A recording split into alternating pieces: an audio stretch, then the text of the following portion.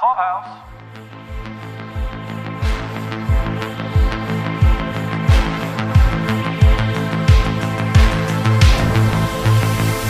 Welcome back to Escaping Gilead. Can you believe it? We're back. This is Paul. This is Caroline. With the new show introduced on Hulu just recently, The Testaments, carrying on the story of The Handmaid's Tale, and with Caroline and I having covered The Handmaid's Tale since it first came out and took the world by storm, we thought we should carry on our coverage with the new show.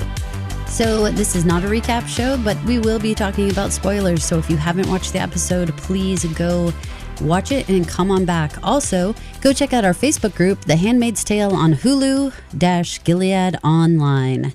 Come and check it out. We've got over 39,000 members, lots of conversation. We do keep the episodes in the post so that you won't be spoiled if you are there. So when you come on over, you just find the episode you want to talk about, go into that post and say whatever you'd like. Paul, let's talk about the setting right out the start here. We do have a time jump, which we all predicted would happen. Yeah. I should admit right off the bat that I have read the book, and I am going to only compare things. Okay. I'm not going to predict things. I'm going to compare things, okay? Gotcha.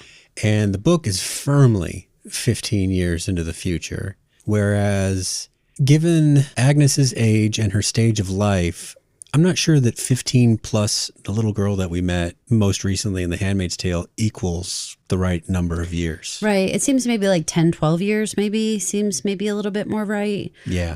So that's where we are. We start off in Agnes's country estate, living a life of privilege so far. She's looking healthy. She's looking good. And we also got a chance to see the Aunt Lydia school where the Plums go to learn skills needed to become a wife in Gilead. I know that's a little bit different in the book, right? Right. Aunt Lydia runs a school, all right, but it is for aunts. It is the women that have had a higher calling and have decided to become aunts rather than wives. Mm. And her school is where they sort out whether or not it's true or not. For everyone who's trying to remember, like, who is Agnes? Remember, Agnes is Hannah. So that was the original daughter that we had with June and Luke that gets stripped away from them in the woods when June is snatched and she's taken as well. She was renamed Agnes, in case anybody's sitting there scratching their head like, wait, I remember Hannah, but who the heck's Agnes? That's her name, and that's the name we're going with right now. We did have some good world building stuff. I felt like you could really see the infrastructure had started to come together. Even simple things like that the school bus was painted purple and it had like those purple curtains and stuff like that. Like we were no longer just using like cargo vans and throwing people in the back. Like this was like a proper color-coded transportation situation now. I think we're supposed to understand that Gilead has really dug in at this point. Like they're always vigilant, obviously, in a society like that, but they've evolved some of the things that we saw in The Handmaid's Tale that would have only been kind of like the alpha version of Gilead. Whereas this, several years on, they've refined particularly the color coding for women to include many different things now. Yeah, let's talk about that for a second. So we did have, you guys remember from Handmaid's Tale, and hopefully if you guys have not followed our Handmaid's Tale coverage, go check that out over on Pod Clubhouse. You can find the links over on the Facebook page as well. And if you haven't watched that series, it will be interesting to see if you jump into the Testaments, how you will feel about it. We'd love to hear your feedback if you never watched The Handmaid's Tale, but you decided to jump into this. How are you feeling? Because they did give the little sort of Star Wars-y, information at the beginning where it's like Gilead is a regime and here's all the information you need to know and these women are going to make history and all these things. So they tried to give you like a little bit of information that I guess if you hadn't watched Handmaid's Tale, you could try to jump in. Though for me, I don't know what you're doing. Me neither. If you haven't watched The Handmaid's Tale, I feel like this is a head scratcher. But let's go into those color-coded women's outfits. So we have everything from little girls all the way to our aunts and everybody. So we have the pink dresses were the little girls. The plum are adolescent girls before their period. Green are available to be selected as a wife. Blue, you are a wife. Gray, you're an Akano wife, or you could also be a Martha. Brown were for aunts. Red is a handmade. And white, this one is pretty new to all of us, is these things called pearl girls. And these were women that were collected during mission trips from Gilead to other countries. Fascinating. I was talking with Paul a little bit about this offline, and we were talking about like what makes a pearl, right? And if you think about a pearl being a gritty piece of sand, right, that is like rubbed and rubbed and rubbed and rubbed, and then finally it becomes this polished pearl. That still has to be extracted from a shell. So the concept of a pearl girl, not just calling them, like white cloaked or new girls or whatever, but calling them a pearl girl, I want to follow that and sort of understand like what is it about that name that we should be getting it? Are these girls come from a grittier background? Is that like, if you go with sand, is that what we're talking about? What are we doing? Pearl also, I think, is like, for me, like a pearl necklace or like a single pearl on a strand, that's often in my life been like one of the first pieces of jewelry you get when you're like an adult woman. Like I got a strand of pearls when I was getting married. And so for me, there is something about a pearl necklace that is symbolic in some way of becoming an adult woman for me. I even know that, little girls maybe just wear like an individual pearl. Some people do things where you build upon it. So like say maybe you're 10 years old and you get a pearl necklace with just one pearl, but then for every birthday you keep getting a pearl so that by the time you're like say 20 or 25, you'd have a full strand of pearls. So again, sort of that developing into an adult woman. And if you think about it even more, if you really wanted to, pearls are pretty valuable, but not super valuable in the same way that like diamond might be. Right. You couldn't, they're created with a similar metaphorical process, right? Where it's pressure, makes something that's not valuable into something that's valuable, right? Right. But I don't think that the other women of station in Gilead would stand for these recent converts to be called diamonds. So, because they don't have them. If you recall, at the end of Handmaid's Tale, they were only at that point being allowed to have a little bit of jewelry. Right, because that was kind of a big deal, right? That they were passing out some jewelry. Yeah. I also think that there's something, though, with pearls that also is symbolic, for me at least, of like innocence and like sort of this purity. Most of the time being a white pearl, although there are other colors, kind of has this purity kind of feel to it. I don't know how all that's going to play in, but I found it interesting that they bothered to name them as opposed to them just calling them the plums or anything else. Like they bothered to make them called pearl girls. So let me make the little comparison to the book here. They were called pearl girls by the Gilead Society, but when they were also on their missions, they were the pearl girls. The missionaries were the pearl girls, and they wore pearls as part of their outfit, and they wore silver dresses. The girls and women that they brought back to Gilead, they were called pearls, and that was sort of like an aunt's graduation to full auntdom. If you brought back a pearl, they let you be a full aunt. Yeah. Very interesting. So I'm excited to see how that develops and we sort of understand more about why are we using this title. Let's get over to the Aunt Lydia school and talk a little bit about that. Everybody remembers from the end of Handmaids, although now I'm feeling a little bit weird about spoiling stuff that was in Handmaids because I'm really hoping all of you guys have watched it. But they do refer to the Massachusetts situation in this first episode. And so I guess I won't delve too deep, but basically we had a whole uprising with Aunt Lydia that was going on. And that was a lot of like the last time we really saw her, really.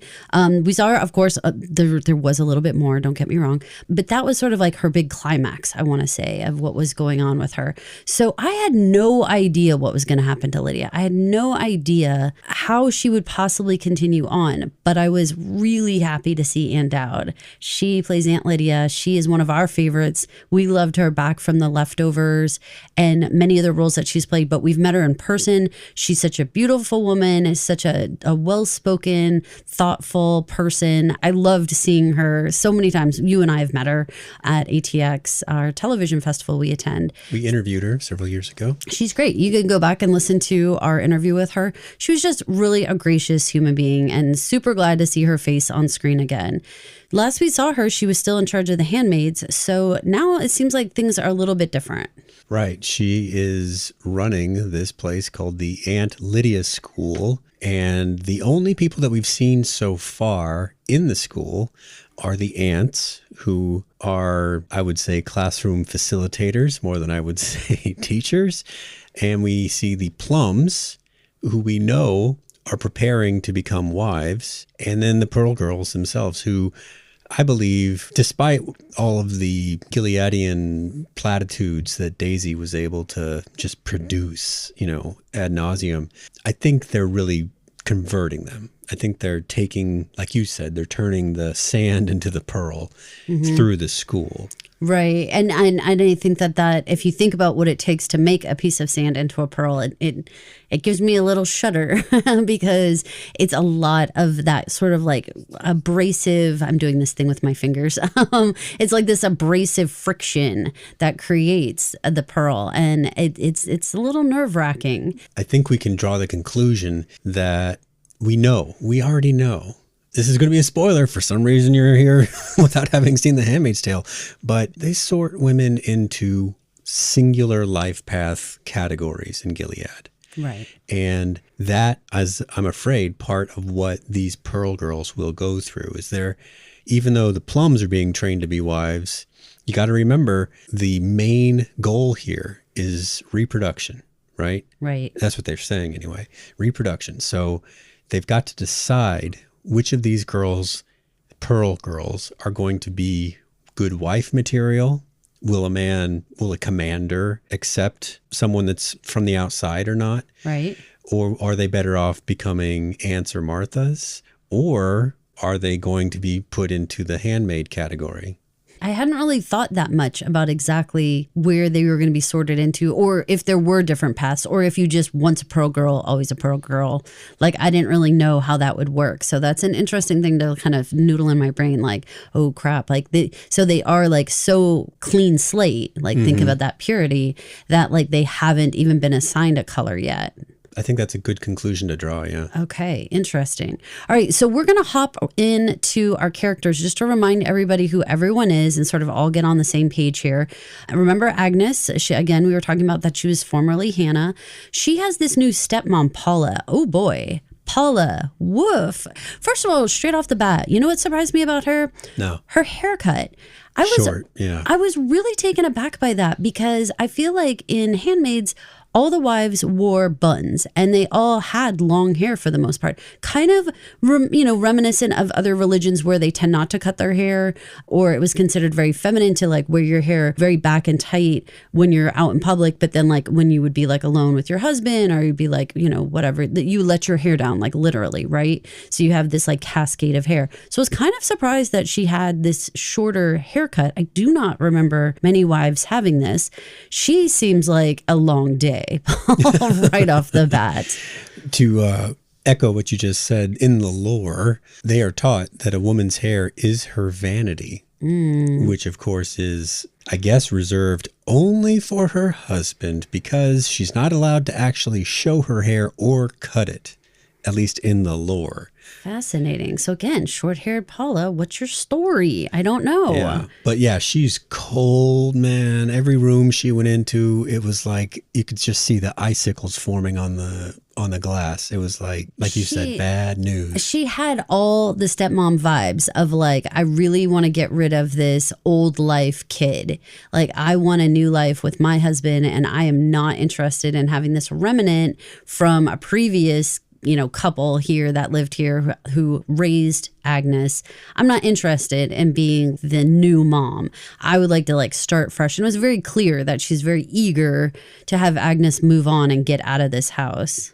So Agnes attends the Aunt Lydia school. So we know that she is preparing to be a wife. She knows that she's not her father's daughter. This is all interesting. She knows that she was born in the before time. Fascinating language. I love all of it. Yeah. And there's something about her that I kept saying to Paul that I was fascinated by, because I couldn't figure out, is just every teenager across the land, no matter where you live and no matter how isolated your upbringing is, that you just have that little bit of edginess, you just have that little bit of rebelliousness at certain phases in your life that, no matter how isolated, how strict, how cut off from the rest of the world you are, you still have these thoughts of being snarky, like the whole skirt thing with Paula, where she's like, I was afraid it was going to make you look gawky. And she's like, well, thank be to the Lord that I don't look gawky. Like, oh my, like that is totally. I had a line when I was a teenager when my mom would be like, oh, like, you ready to go? And I'd go, like, I have a choice. I would say that. Wasn't I a cute kid? So I felt like she was interesting to me because she had this built-in rebelliousness that was a part of her. I think as a person who has a degree in child development, for me, I was thinking a lot about this idea of like nature nurture. Like, is that what we're going to get into with Agnes? Because we have someone who was born in the before times to other parents, we know who, June and Luke, and they were obviously, we know June for sure has the rebel quality about her, comes from her mom. We knew her well. And so is that where this is all coming from? Or is it just in the nature of teenagers that like they get snarky at a certain point, and no matter how much you don't want them to be pinky touching their best friend or whatever else they're doing, that's just what they do. It's going to be hard to tell for a little bit, I think, but there is contrast. Like, we'll mention some of Agnes's friends here in a second, but you'll see like her friends are also in various degrees of buying into Gilead because it's all they've known, or working the system, or like Shunammite seems to be someone like that. Let's talk about Shunammite for a second, because first of all, that is a fascinating name. You did a little bit of research, and it sounds like it's like old biblical type language. It's a very old name. Shunammite is definitely a shit stirrer. Like, she's definitely one of those girls who she's a know-it-all. She's going to try to tell everybody what to do. She's very, if you guys watch Gilmore Girls, she gives me real Paris vibes. Yeah. Okay, so what you found was that it is technically a native of a city in North Israel named Shunem. There are two particular usages of it in the Bible. The first being Abishag, the Shunammite. Abishag. Yep. She's a young woman who served as a nurse and companion to King David in his old age. Okay. So sounds like... That's a real Abishag for you. Sounds like someone that sounds very Gileadian, right? It's kind of a servant kind of role. Yes. And then also the Shunammite woman, I guess just a general term. It's a generous woman who built a room for the prophet Elijah and whose son was raised from the dead by him. Well, this is fascinating. I mean, this name is a big old, I feel like flashing light, because I'm like, why would you pick such a wildly outrageous name unless there is some sort of tie into the Bible, into the history of this name? I feel like I'm going to keep an eye on her. She did freak me out when she was doing her thing about like, you need to go and like spread some lies about Daisy and stuff and like say she did this and whatever. I was like, girl, you are freaking me out. I wondered if she was like the Regina George of the situation. Yeah, like it's a complete Mean Girl situation. It is. And it's kind of like crazy. Again, like that's where I'm like, no matter what, no matter how isolated and how strict this community is, you still have the same things. You still have cliques and Mean Girls and all that stuff. Like, is that just human nature? Is that what we're getting to? It doesn't matter how much you try to nurture them out of that type of stuff. It's just the nature of how teenage girls are going to act. Is Agnes's group the Plumsticks? Maybe they are. The Plumsticks. I don't know. I think you're right. It's like it's a real uphill battle for Gilead and trying to manage the natural tendencies of young people and girls. In this case, that's what we're getting. Yeah, and I mean, we don't like want to the be lunch scene. Right. When there's like, okay, you may socialize, and it's just like a roar of little girl noises after that. Yeah, for sure. We want to be super clear. We're super pro girl. We also have Becca. She's a classmate. She seems to be Agnes's best pal, really. She's the pinky holder, right? she seems more even keel to me than Shunammite. But there's still this like, I mean, when we get to the freaking Saw portion with the boy, I mean, these girls are like out for blood. Like it's wild. And we learned a lot about the ceremony that they had with like the stoning with the throwing rocks and stuff like that. Yeah. The persecution. Yes. And that, there was something about like letting out this rage and letting out this pent up energy. And like you finally have an opportunity to just show all your emotions. And it's like purge. Yeah. I mean, people seem to really enjoy that portion of it all. But with Becca, she's about to turn from a plum to a green, which is, we were told by that because she had her dress fitting and everything. So I don't know what is going to happen with her. I wonder if she will stick around a little bit longer or if she will be like shipped off, and will we follow her to like what's being a new wife? What is that all about?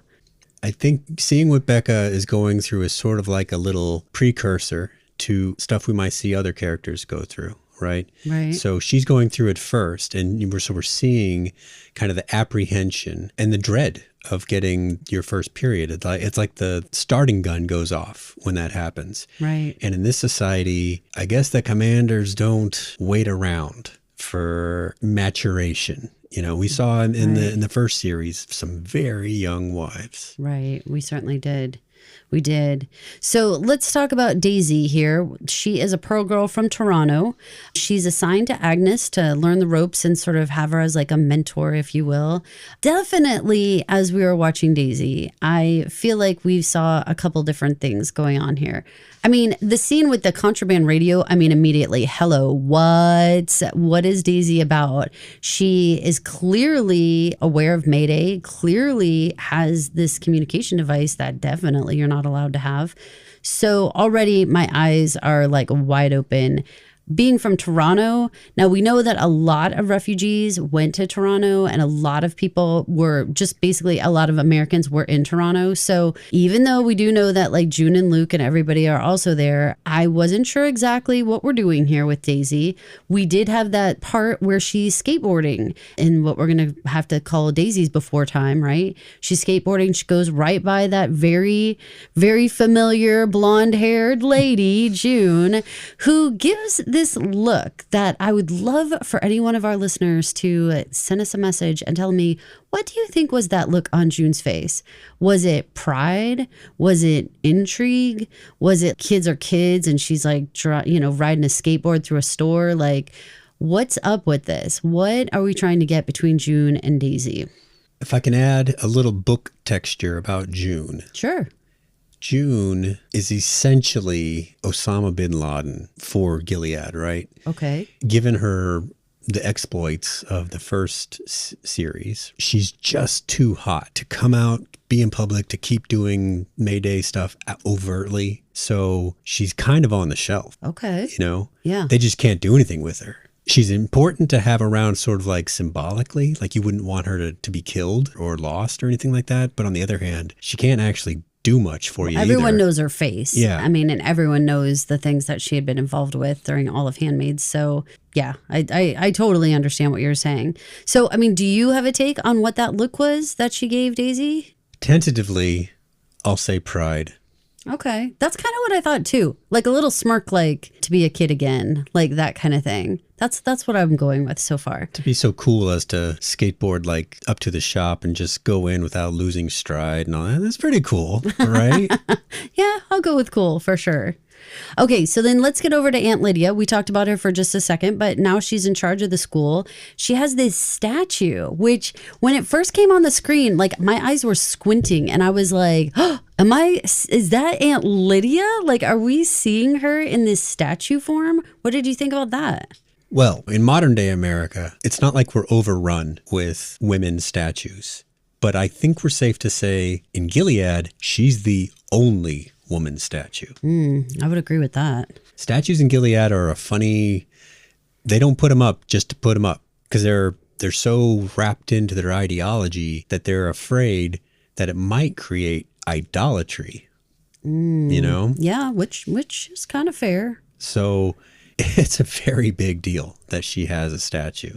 I'm so glad to see her back. And I know that they used her very sparingly in this first episode. She was barely in it. She just was shown like very carefully. But I was really happy as a viewer to see her. What did you think about seeing Ann Dowd again after all these years?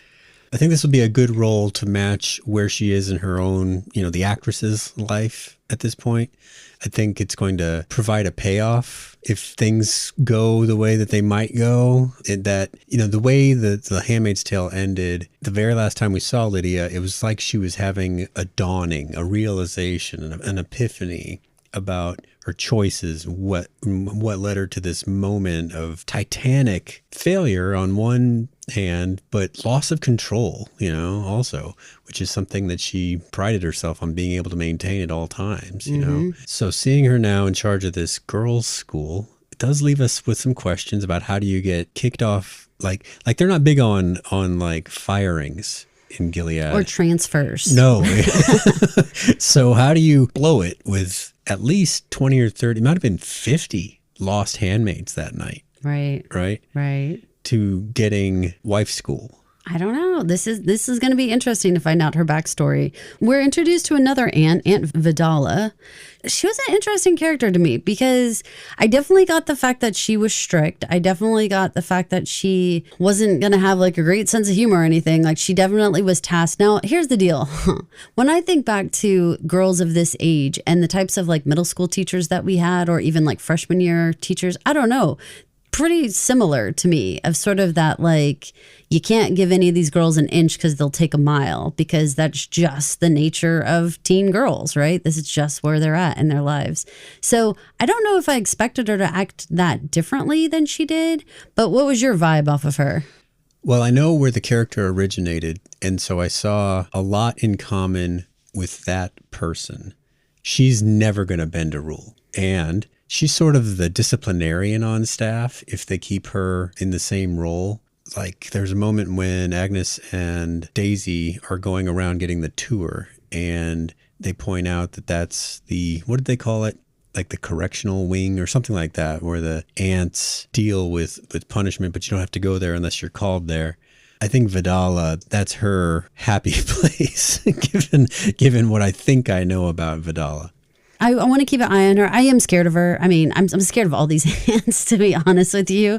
But like I said, I think that there's a certain amount of sort of, I hesitate to say like iron fist you have to have with like teenage girls, but there is something about the whole, like, you cannot turn your back for a minute. There were two There's just varieties. always going to be antics going on. There were two varieties of teachers in middle school that were women anyway. There was, like you said, the no nonsense, never crack a smile, or what there was the 100% opposite, the cool girl teacher. Well, the cool girl teacher who was like 23 and just out of school. And they were like, I'm here to teach you government. Remember her? Remember that teacher? You know exactly who I'm talking about. Like flip the chair around backwards. Yes. Right? Yes. Wearing jeans with like a blazer, like, woo.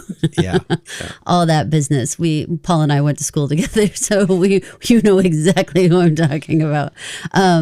So yeah. All right. So let's get back to Paula. We talked about her for just like a hot minute, but she did have a little bit of a little more texture to her character. She's Agnes's stepmom. We know that much. We know she likes to ride horses. She has that total vibe, right? Very Betty Draper when she came in with her outfit on. She's tearing ass around the whole place on that horse. You see her out the window just shooting by on a horse. But she was super cold and detached from Agnes. But like I said, I totally get it. This is very Snow White. This is very Cinderella. This is very like, your dad's mine now, and you are left over from another family, and I'm not interested in you. The thing that upset me was how she was treating the Marthas, and really pretty much wigged me out how she was treating Zilla. That was weird. When she was like, so remember Zilla, you guys, she's the friendly Martha at Agnes's house, and she has some sort of leg injury. Something's going on with that. And that weirds me out because I very much feel like that wasn't just an injury. Like, it feels like something that was inflicted upon her. Corporal punishment of some sort. That's how it feels. That's my vibe.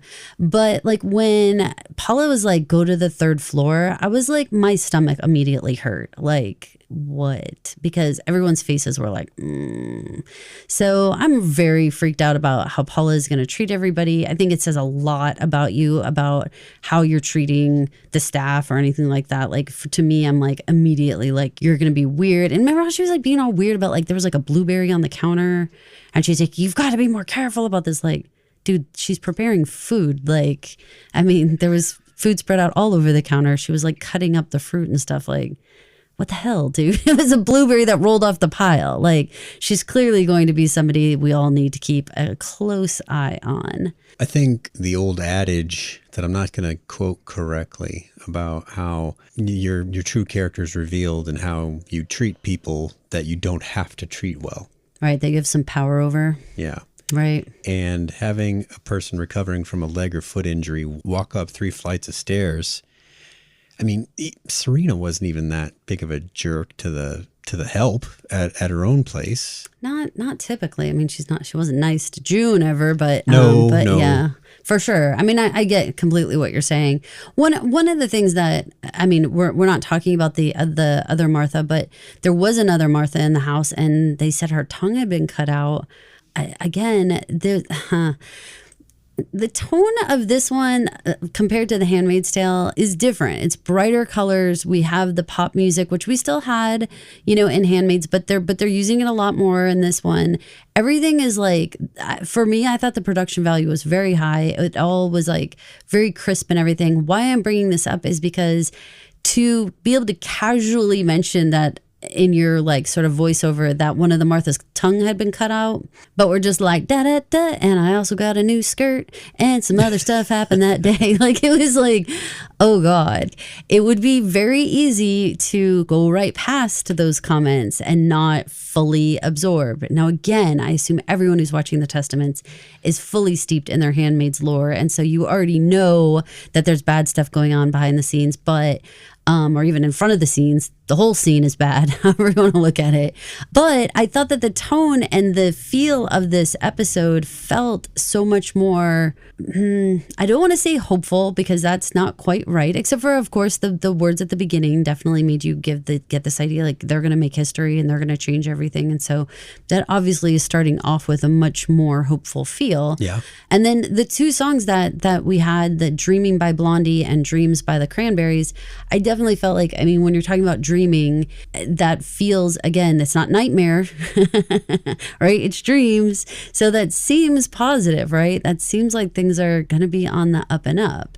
How did you feel about how the narration was used and that Agnes was doing this narration and it was definitely in the past tense? Yeah. If you recall, June did narration too. And the setup for that was, remember in the first season, the letters? Yeah.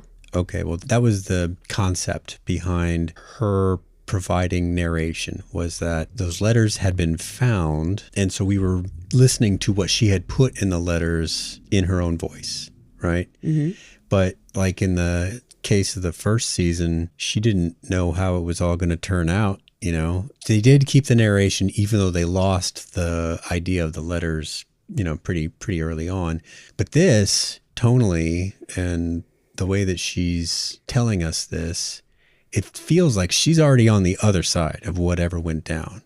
Yeah. So on the good side, I guess she made it. She did. Although if you watched 1883, that doesn't just because you're narrating doesn't don't you say nothing. Don't through. You say nothing. That's not right. You can't be spoiling other shows now.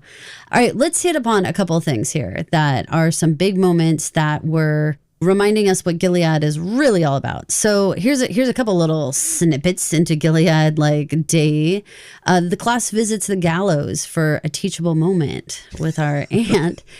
The whole rapist discussion, I found this pretty fascinating. I know it was just like a 1-second thing, but if you're on Reels or if you're on TikTok or anything like that, the concept of Why do they call someone who rapes someone a rapist? When you think about the way that that IST is added to other words like a specialist, an artist, a therapist, there's something that's kind of formal about it and even kind of educated and like a highly sought out skill, right? You get the ist at the end of your name.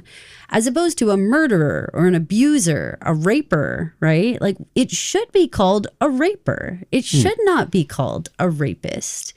That gives it almost like too much gravitas to me. And it has been discussed on all these different platforms. You can go and find it on your own.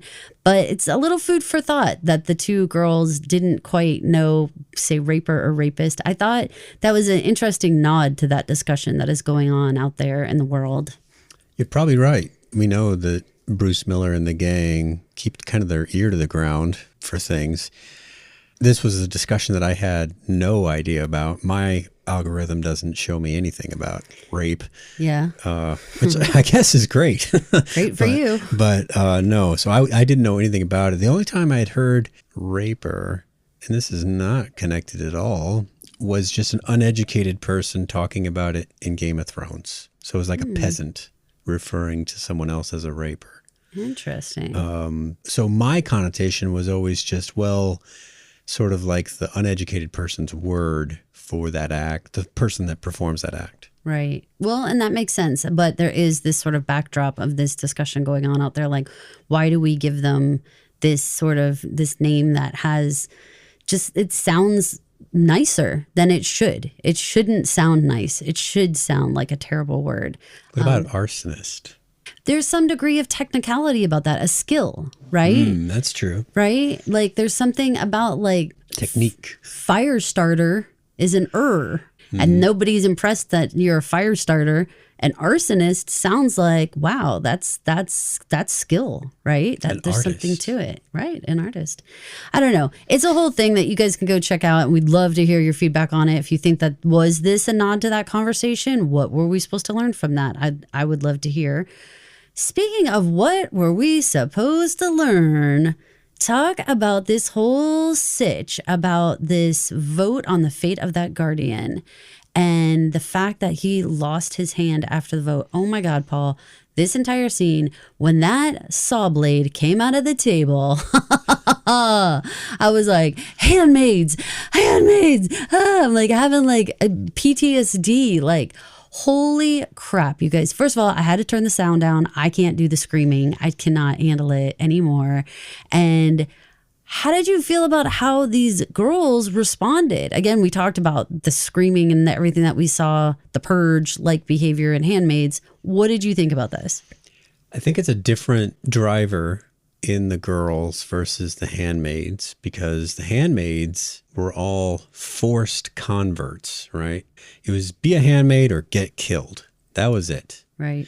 And so pent up rage, that does feel very real. The girls, though, it seems more like they were trained or behaving to expectations. You know, like the ants want them to say this and they want to please the ants. So they scream their little heads off. It definitely seemed like something like if you had like a caged animal and then somebody came along and started like hitting the cage with like a stick or something like that. And the animal instinctively starts like, baring their teeth and growling and running around or acting like freaked out kind of thing. Like there was something about it that definitely, it had this caged feel about it, right? Like you were trapped here. But when they start to rile you up, like by being like, what do you vote? What do you vote? That's like smacking the side of the cage with like your stick, right? And like you're instantly going to get this primal, like just like, I don't know, like gotta get it all out, because most of the time they're forced to do the usual smile and be quiet and be discreet, all the things you're supposed to be, right? And you're never supposed to be like having any emotions. And it's like they use these opportunities to just like explode. Was there any chance this guy was not going to lose his hand? Nope, not a chance. What struck me about the scene was a couple of things. One, it was only an accusation, right? There was no court that decided, okay, hand lopping time. Hand lopping. And two, that table with the saw blade, it's like a permanent fixture. Right. Like, that's not good. They get a lot of use out of this thing, I believe. Yeah. And it's not even like they had to be like, bring out the saw. No. Like it like came up right out of the table, which means like someone had to build that. Like someone had to build that for that use. Like that's some freaky business, you guys. It was right back to Handmaids. I mean, if you thought for a second, like maybe Gilead's, chilled out a little. Maybe they're a little bit more smoothed over. Everything, we do have the purple bus and things seem like a little bit more, I don't know what to say, polished or organized or whatever we want to call it. But wow, that was a lot. It was a slap in my face by that lopped off hand, I'll tell you that. I think that's why it was there, because we had seen the men hanging. We had seen the woman hanging that Agnes had peeked out the window to see. We had heard about a tongue being pulled out. Yeah. But these are all softball reminders of Gilead's position on, rule breaking. So, it was a literal peek, like you said, like a peek out the window and just like a comment in the middle of the kitchen and stuff like that. But then this, you couldn't, you had to experience it. What do you think about Daisy and this complete just couldn't hold it in? Seeing her crack from the platitude spewing under his eye, blah, blah, blah, all that stuff into this made her a lot more interesting, right? Because It's like, what's your story? What's going on here? I think I know what's going on here, but I'm not going to say because this is a different story than the book. Right. So what are they going to show me here with this girl? Because she's clearly hiding something beyond a contraband radio. She's got something else going on there. I also thought that it just showed how the rest of the Plums were like so hardened to this whole thing that they could watch it and not. There is going to be no amount of times in my life that I'm going to see anybody get anything cut off their body that I'm not going to want to throw up, that I'm not going to close my eyes, that I'm not going to look away, I'm not going to plug my ears. There's no amount of seeing that I'm ever going to be cool. And yet here these girls are, between the ages of what, like 10, 12, 15, 14, maybe something like that. And at this young, they don't even look away. In fact, they're cheering about it. The blood doesn't bug them. The act of torture doesn't bug them. Like, woof, it says a lot about the rest of the group too. Daisy, I think, acted like 99.999% of people were going to act, which is like, that is something I never thought I would ever see with my eyes, much less have my peers cheering for it and have people who are in charge of me do this. Like, it's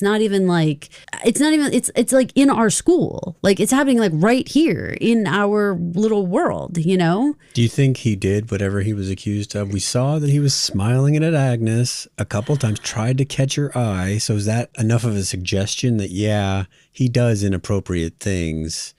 Or is he just smiley and misread? That is a very good question. I guess the real answer is it doesn't really matter whether he did it or didn't do it, because the point is that there's no fair trial. There's no evidence that needs to be brought forward. There's nothing.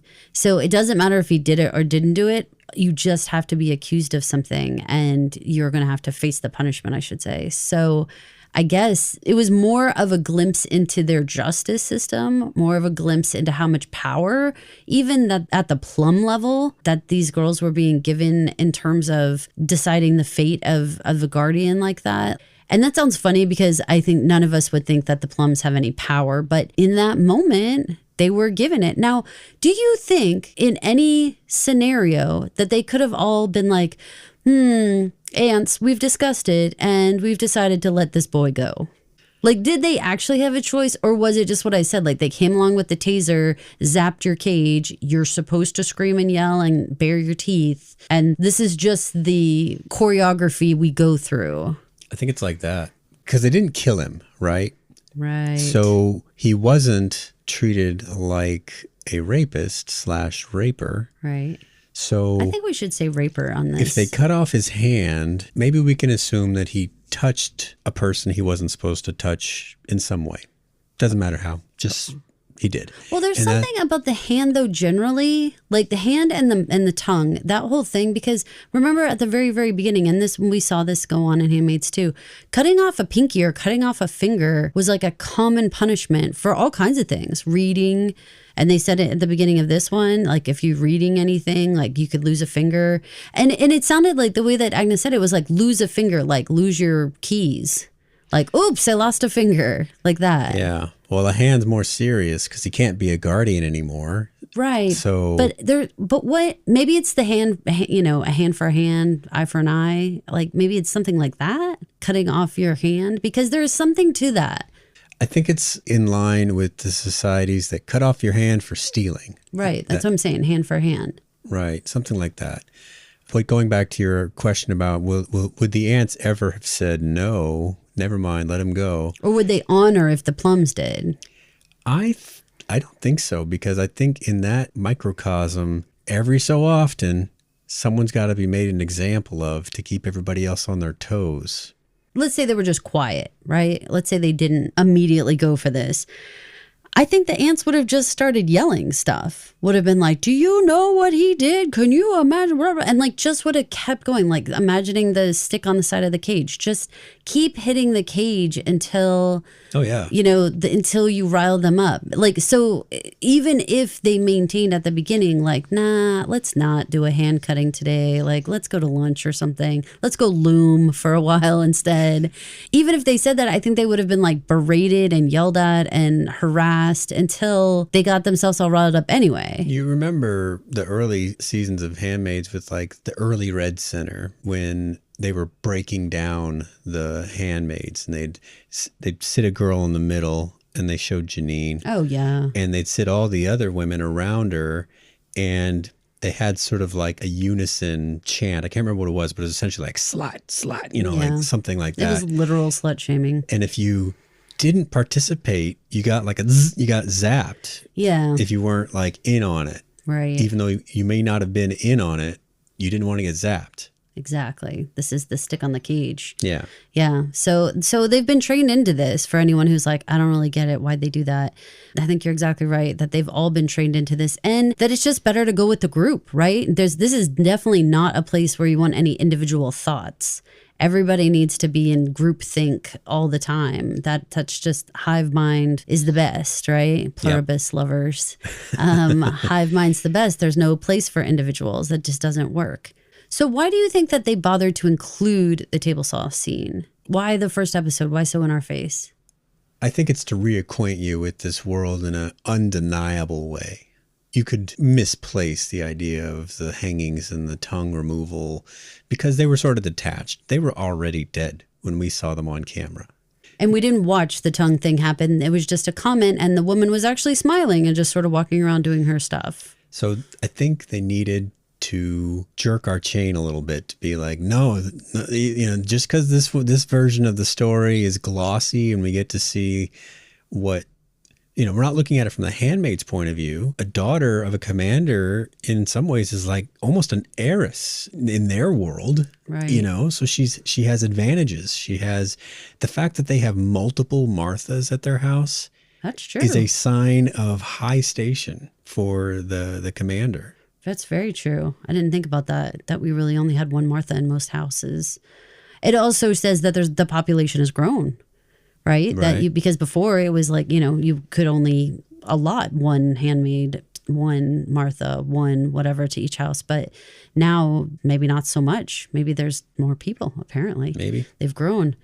Early on in Agnes's description of her life, we are treated to a view of her magnificent dollhouse that looks exactly like the manor in which they live. And she tells us about the insides of it and how it matches her house. And there's even like a drawer where it has doll versions of everyone in the house, including the staff, right? Mm-hmm. There's even an attic level where they show you the Martha's beds right up against the pitch of the roof. Like, terrible place to actually be, but that's where they stick the Marthas, right? Yeah. And we keep coming back to that motif. We see more doll stuff as the episode rolls on. Yeah. So, and she's reactive with it. Right. You know, Paula yells at her and she kind of squishes Paula with the different parts of the house. So the dolls that we are shown are kind of, I would say, like Puritan looking. You know, they have the colors to represent who they are, but there's no facial features. There's not a lot of embellishment to them. I think the facelessness struck me. Yeah. Because there was so much detail of the house, and they were kept in these little molded boxes and stuff. And so it kind of did strike me that there wasn't a face on them.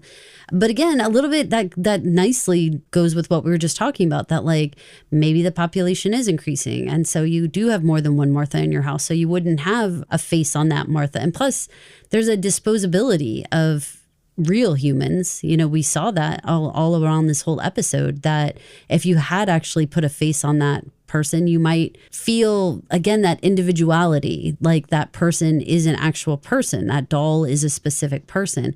Whereas if you keep them faceless and they're just wearing their outfit, then they just represent a group of people. And that's, you know, since we know Paula's a stepmom and everything, like you're supposed to be cool with like whatever mom shows up, right? You're supposed to be cool with whoever's there, whatever they're doing. I feel like the dollhouse is fascinating. I love the little microcosm of her world. I love that even at her age, she's still playing with the dollhouse.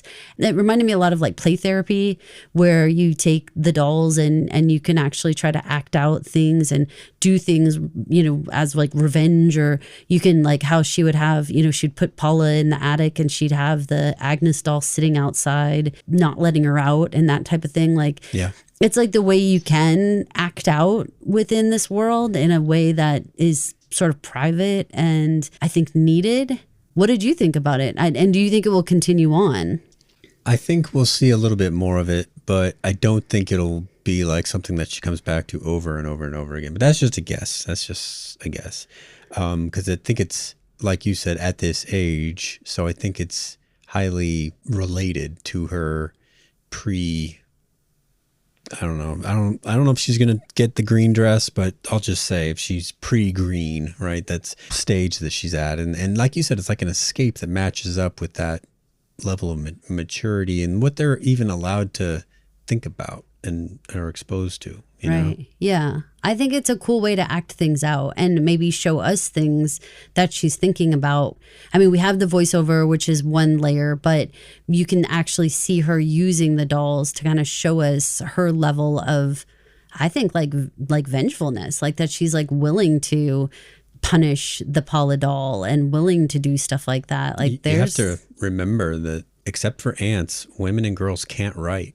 Right. There's a pretty good chance that Daisy can write, but they're going to not encourage her to keep up that skill. So if you think about like creative expression or anything like that, that an emotionally charged person would want to express in some way with this frustration or this stage of life that they're going through. Some of us write, some of us draw, some of us, you know, but those things like a drawing or a painting or something, it ends up kind of being public in their world, right? And you're not allowed to write. Right. So what else do you have? You could just knock the dolls over and nobody saw what you did with them. Basically, yeah. Yeah. It's a very fascinating way to get a little glimpse into her private mind and see how she's really feeling. So this whole episode winds up with Agnes getting her period and the voiceover recalls this is when it all started. How do you feel about that? What are you predicting for episode 2? And how do you feel about sort of this start of the Testaments? I think it's a good start. It differentiates itself from The Handmaid's Tale in a lot of ways. You know, there's not just the protagonist being a young woman versus a mature woman. There's her station, the entire look, like nearly every scene, except for the things that were like in Canada. Mm-hmm. And even a lot of those were muted and drab. Oh, always dark. Like, remember how much we would be like turning up the brightness on the television? Yeah. And like a lot of our listeners would comment of like, I couldn't barely see, like, could you see that detail? I couldn't barely see that. That was not what this episode was like. And this is a different mood. The colors are full saturation. Mm-hmm. There's more of them, for one thing. And you know what? More is happening during the day. That was something that was a big difference. I mean, a lot of what happened in Handmaids happened at night and in the darkness of night. And so you had to have people sneaking in, being in the bushes and coming down back stairwells and stuff like that. And so there was a lot of that kind of stuff going on.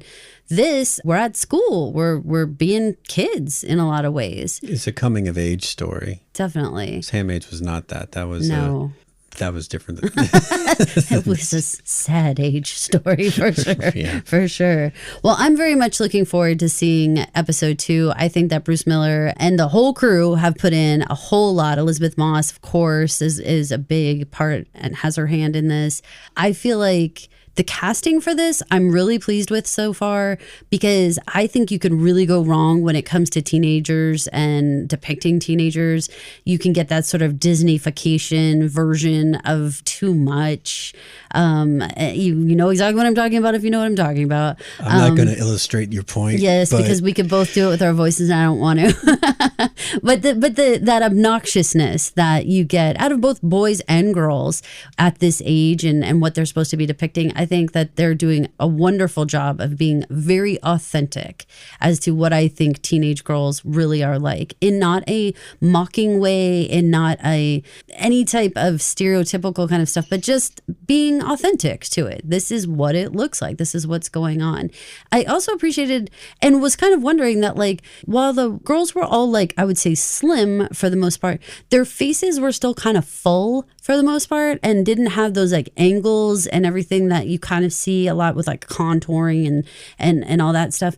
I appreciated that because there was something about it that felt, again, that sort of realistic, like this is really what girls would look like if you weren't doing all that extra stuff, if you weren't playing with all the contours and you weren't messing with filters and all the ways that we tend to see teenagers on social media and stuff like that have all these extras going on with them. Mm-hmm. And so to just show them as like full-faced, natural looking, without all the makeup, without all the everything, I actually thought these girls looked very authentic, very real life.